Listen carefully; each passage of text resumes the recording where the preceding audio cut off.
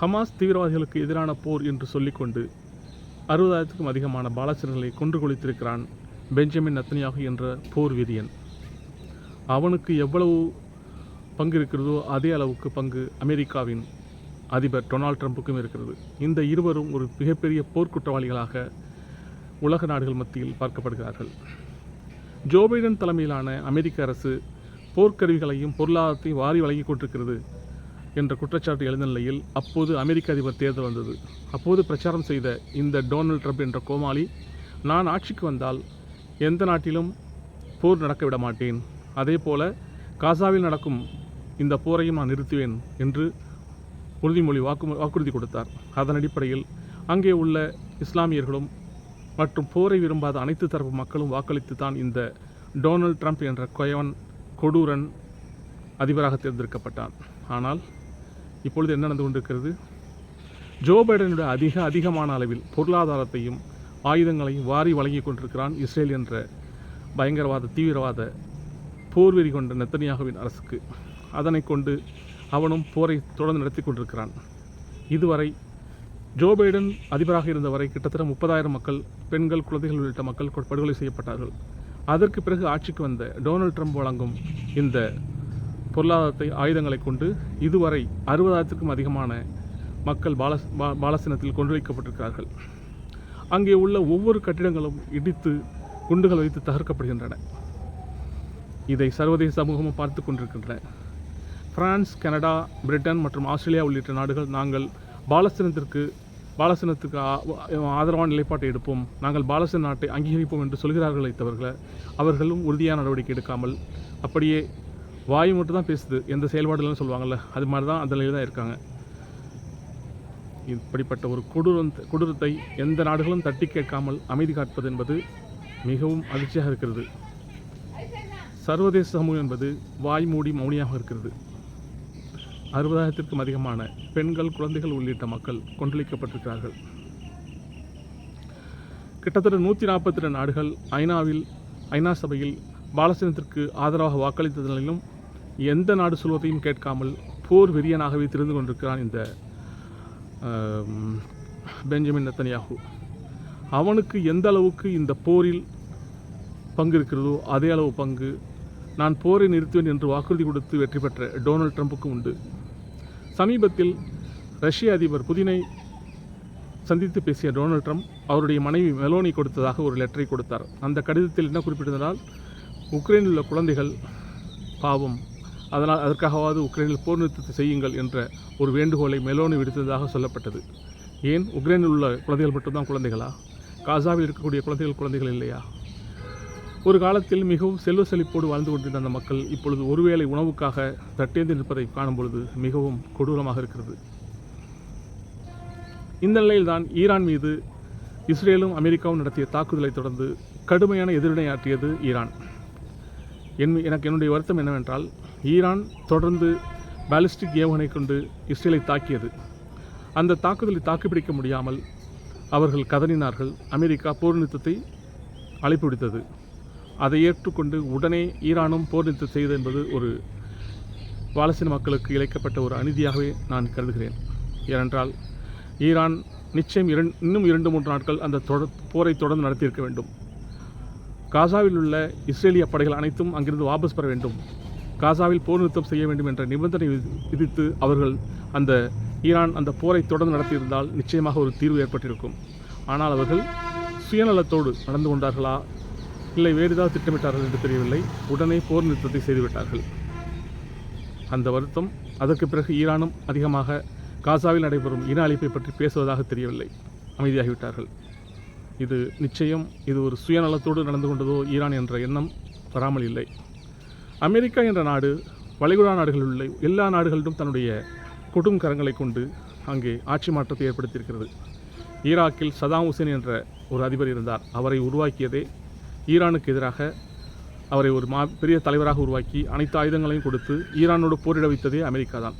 அப்படிப்பட்ட நிலையில் Saddam Hussein கொடும் ரசாயன ஆயுதங்களை வைத்திருக்கிறார் என்ற பெயரில் குற்றம் சாட்டி அவர் மீது நடவடிக்கை எடுக்கப்பட்டது. அந்த ஈராக் என்ற நாடே சின்னாபின்னமாக்கப்பட்டது. அங்கே லட்சக்கணக்கான மக்கள் தன்னுடைய உயிரை இழந்தார்கள். ஈராக் என்ற ஒரு வளர்ந்து கொண்டிருந்த நாடாக இருந்த நாடு இப்பொழுது சிதிலமடைந்து சின்னாபின்னமாகி எந்தவித வளர்ச்சியும் இல்லாமல் தேக்கமடைந்திருக்கிறது. அங்கே அமெரிக்காவின் கைப்பாவை அரசு ஆட்சியில் இருக்கிறது. அதே போலத்தான் லிபியா என்ற ஒரு நாடு, அது ஆப்பிரிக்க தேசத்தின் ஒரு மிகச்சிறந்த நாடாக கடாஃபி என்ற அதிபரின் தலைமையில் இருந்தது. அந்த நாட்டையும் அந்த அதிபரை கொலை செய்து அந்த நாட்டையும் சின்னாபின்னமாக்கி நாசப்படுத்தியது இந்த அமெரிக்கா தான். இவர்களுடைய கொள்கை என்பதை, அமெரிக்காவின் கொள்கை என்பதை, நன்றாக இருக்கக்கூடிய வளங்களோடு வாழக்கூடிய மக்களை அந்த நாட்டை சிதிலமாக்குவது என்பதுதான் போலிருக்கிறது. சிரியாவிலும் அப்படித்தான் அவருடைய வேலை காட்டினார்கள். பல அமெரிக்காவின் கரங்கள் படாத நாடுகளே இல்லை. அமெரிக்கா கை வைத்தால் சொல்லுவாங்களா, ஆம பூந்த வீடும் அமினா பூந்த வீடும் உட்படான்னு சொல்லுவாங்க. அதே போல் அமெரிக்கா எங்கே பூந்தாலும் அந்த நாடு விளங்காது. அவர்கள் தோல்வியுற்று புறமுதுகு காட்டி ஓடிய ஒரே தேசம் என்றால் ஆப்கானிஸ்தான் தான். அவர்கள் என்னை விட்டால் போதும் என்ற நிலையில் அங்கிருந்து ஓட்டம் எடுத்தார்கள். ஆப்கானிஸ்தானில் ரஷ்யா, அமெரிக்கா உள்பட 2 வல்லரசுகளும் தோல்வியை சந்தித்திருக்கின்ற என்பது வரலாறு. யாராலும் வெற்றி கொள்ள முடியாத தேசமாக ஆப்கானிஸ்தான் விளங்கி கொண்டிருக்கிறது. இப்போது காசாவில் நடந்து கொண்டிருக்கும் இன அழிப்பை கண்டு உலக மக்களதும் போரை விரும்பாத மக்கள், ஈர மனம் கொண்ட மக்கள் அந்த போரை நிறுத்த வென்று போராடுகிறார்கள். ஏன் இஸ்ரேலில் உள்ள மக்கள் கூட போர் வேண்டாம், போரை நிறுத்துங்கள் என்று தான் கூறுகிறார்கள். ஹமாஸ் என்ற பாலஸ்தீன இனக்குழு இஸ்ரேலில் புகுந்து 1200க்கும் அதிகமான மக்களை கொன்றார்கள் என்பது உண்மைதான். அப்படி என்றால் அந்த ஹமாஸ் இனக்குழு எங்கே தங்கியிருக்கிறார்கள், எங்கே பதுக்கிறார்கள் என்பதை கண்டுபிடித்து அவர்களை அழிப்பதில் யாரும் வேண்டாம் என்று சொல்லவில்லை. அவர்களை அழிக்கிறோம் என்ற பெயரில் இதுவரை பாலஸ்தீனத்தில் 60,000க்கும் அதிகமான மக்களை கொன்றளித்தது என்பது பாலஸ்தீனம் என்ற நாடே இருக்கக்கூடாது, அது என்னுடைய கட்டுப்பாட்டில் இருக்க வேண்டும் என்று ஒரு அகண்ட இஸ்ரேல் என்ற கொள்கையை கொண்ட இஸ்ரேல் தன்னுடைய கொள்கையை செயல்படுவது போல் தோன்றுகிறது. அவர்கள் எல்லா நாடுகளும் அவர்களை விரட்டியடித்த போது பாலஸ்தீனம் என்ற நாடுதான் அவர்களுக்கு அடைக்கலம் கொடுத்தது. பாலஸ்தீனம் என்ற நாட்டின் ஒரு பகுதி தான், கிட்டத்தட்ட 54% பகுதி தான் அவர்களுக்கு பிரித்து கொடுக்கப்பட்டு தனி நாடாக்கப்பட்டது. ஆனால் அந்த மண்ணின் மைந்தர்களாகிய பாலஸ்தீனர்கள் நாடு இல்லாதவர்களாக்கப்பட்டார்கள். கிட்டத்தட்ட காசா மற்றும் மேற்கு கரையில் மட்டுமே பாலஸ்தீனர்கள் வசித்து வந்த நிலையில் மேற்கு கரையிலும் தன்னுடைய ஆக்கிரமிப்பை செய்தது இஸ்ரேல். இப்பொழுது 20 லட்சம் மக்கள் வாழக்கூடிய அந்த காசா ஸ்ட்ரிப் என்ற பகுதியே முற்றிலுமாக எங்களுடைய ஆகிவிட்டது, நாங்கள் கைப்பற்றிவிட்டோம், அங்கிருந்து மக்கள் வெளியேற வேண்டும் என்ற அறைகோலை விடுத்து அங்கே ஒரு பெரும் இனப்படுகொலையை செய்து கொண்டிருக்கிறது இஸ்ரேல் என்ற நாடு. அதனுடைய பிரதமராக இருக்கிய பெஞ்சமின் நெத்தன்யாகு இந்த கொடும் பாதகத்தை செய்து கொண்டிருக்கிறார். இதற்கு எப்பொழுதுதான் தீர்வு உண்டு, இதற்கு முடிவு உண்டா என்று தெரியவில்லை. உலக நாடுகள் அனைத்தும் அவ்வப்போது மிரட்டுகிறீர்களே தவிர உறுதியான நடவடிக்கை எதுவும் எடுக்கவில்லை. அணிசேரா நாடுகளின் தலைமை பொறுப்பில் இருந்த இந்தியா இப்பொழுது ஒரு காலத்தில் இந்திரா காந்தி ஆட்சியில் இருக்கும் வரை, ராஜீவ்காந்தி ஆட்சியில் இருக்கும் வரை கூட இஸ்ரேலுடன் எந்த விதமான உறவையும் பேணாமல் அவர்களை பாலஸ்தீனர்களுடைய தோழனாக இருந்த நாடுதான் இந்தியா. ஆனால் இன்று இந்தியா என்பது இஸ்ரேலின் தோழனாக தன்னை காட்டிக்கொள்கிறது. வளைகுடா பகுதிகளில் அரபு நாடுகளை அடக்கி வைக்க வேண்டும் என்பதற்காக அமெரிக்கா ஊட்டி வளர்க்கும் ஒரு ரவுடி நாடுதான் இஸ்ரேல். அதே போல இந்தியாவுக்கு குடைச்சல் கொடுக்க வேண்டும் என்பதற்காகவே இந்தியாவுக்கு அருகில் பாகிஸ்தானுக்கு ஊட்டி வளர்த்து கொண்டிருக்கிறது அமெரிக்கா. நினைத்து பாருங்கள், அமெரிக்கா தேடிய ஒசாமா பின் லேடன் என்ற ஒரு அமெரிக்காவில் தீவிரவாதியாக சித்தரிக்கப்பட்ட நபர் பாகிஸ்தான் உள்ள அஃபோடாபாத் என்ற நகரில் தான் ஒரு பெரிய மாளிகையில் வசித்து வந்திருந்தார். அங்கே ஒபாமா தலைமையிலான அமெரிக்க அரசு அங்கே துல்லிய தாக்குதல் நடத்தி அவரை கொன்றது.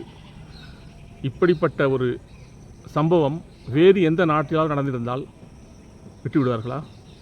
பாகிஸ்தானில் ஒசாமா பின் லேடன் பதுங்கியிருப்பதற்கு பதிலாக வேறு ஏதாவது நாட்டில் இருந்தால் பதுங்கியிருந்திருந்தால் அந்த நாட்டையே நிர்மூலமாக்கியிருப்பார்கள். ஆனால் பாருங்கள், பாகிஸ்தானை அவர்கள் கண்டுகொள்ளவே இல்லை. ஏனென்றால் பாகிஸ்தான் என்பது அமெரிக்கா தன்னுடைய எதிரிகளை, அதாவது இந்தியா, சீனா போன்ற நாடுகளுக்கு குடைச்சல் கொடுக்க வேண்டும் என்பதற்காகவே அமெரிக்கா ஊட்டி வளர்க்கும் ஒரு ரவுடி நாடு தான் பாகிஸ்தான். எப்படி வளைகுடா பகுதியில் இஸ்ரேலை ஊட்டி வளர்க்கிறதோ அதே போலத்தான் இங்கே இந்தியாவுக்கு குடைச்சல் கொடுப்பதற்காகவே பாகிஸ்தானை வளர்த்து கொண்டிருக்கிறது அமெரிக்கா. தன்னுடைய அரசியல் அபிலாஷைகளை நிறைவேற்றிக் கொள்வதற்காக அமெரிக்கா எதை வேண்டுமானாலும் செய்யும், எந்த நாட்டை வேண்டுமானாலும் கை வைக்கும். இப்படிப்பட்ட ஒரு அநியாயக்கார சிந்தனைகளையே கொண்டுள்ளது அமெரிக்கா. இப்பொழுது இஸ்ரேல் என்ற நாடு ஆட்டம் போட்டுக் கொண்டிருக்கிறது. அதை எப்பொழுது முடித்து வைப்பார்கள்? ஈரான் மீண்டும் காசா மக்களுக்கு ஆதரவாக ஒரு பெரிய தாக்குதலை இஸ்ரேல் மீது நடத்துமா? ஹவுதிகள் மட்டுமே இப்போது தாக்குதல் நடத்தி கொண்டிருக்கிறார்கள். ஈரானும் காசாவிலிருந்து வெளியேற வேண்டும் என்ற நிபந்தனை விதித்து இஸ்ரேல் மீது தாக்குதல் நடத்துமா என்பதை நாம் பொறுத்து தான் பார்க்கணும். ஆனால் அதற்கான வாய்ப்புகள் இல்லை என்றே தோன்றுகிறது. ஏனென்றால் அமெரிக்கா போர் நிறுத்தம் என்று அழைப்பு விடுத்தவுடனே அதை ஏற்றுக்கொண்டு ஈரானும் அமைதியாகிவிட்டது.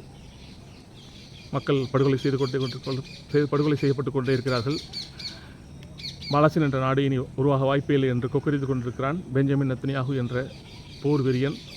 அவனுக்கு ஆதரவாக துணை நின்று கொண்டிருக்கிறார் டொனால்ட் ட்ரம்ப் என்ற அமெரிக்க அதிபர். இந்த கோமாளிகள் இன்னும் என்னவெல்லாம் செய்யப்போகிறார் என்பதை நாம் காலம்தான் பதில் சொல்லும்.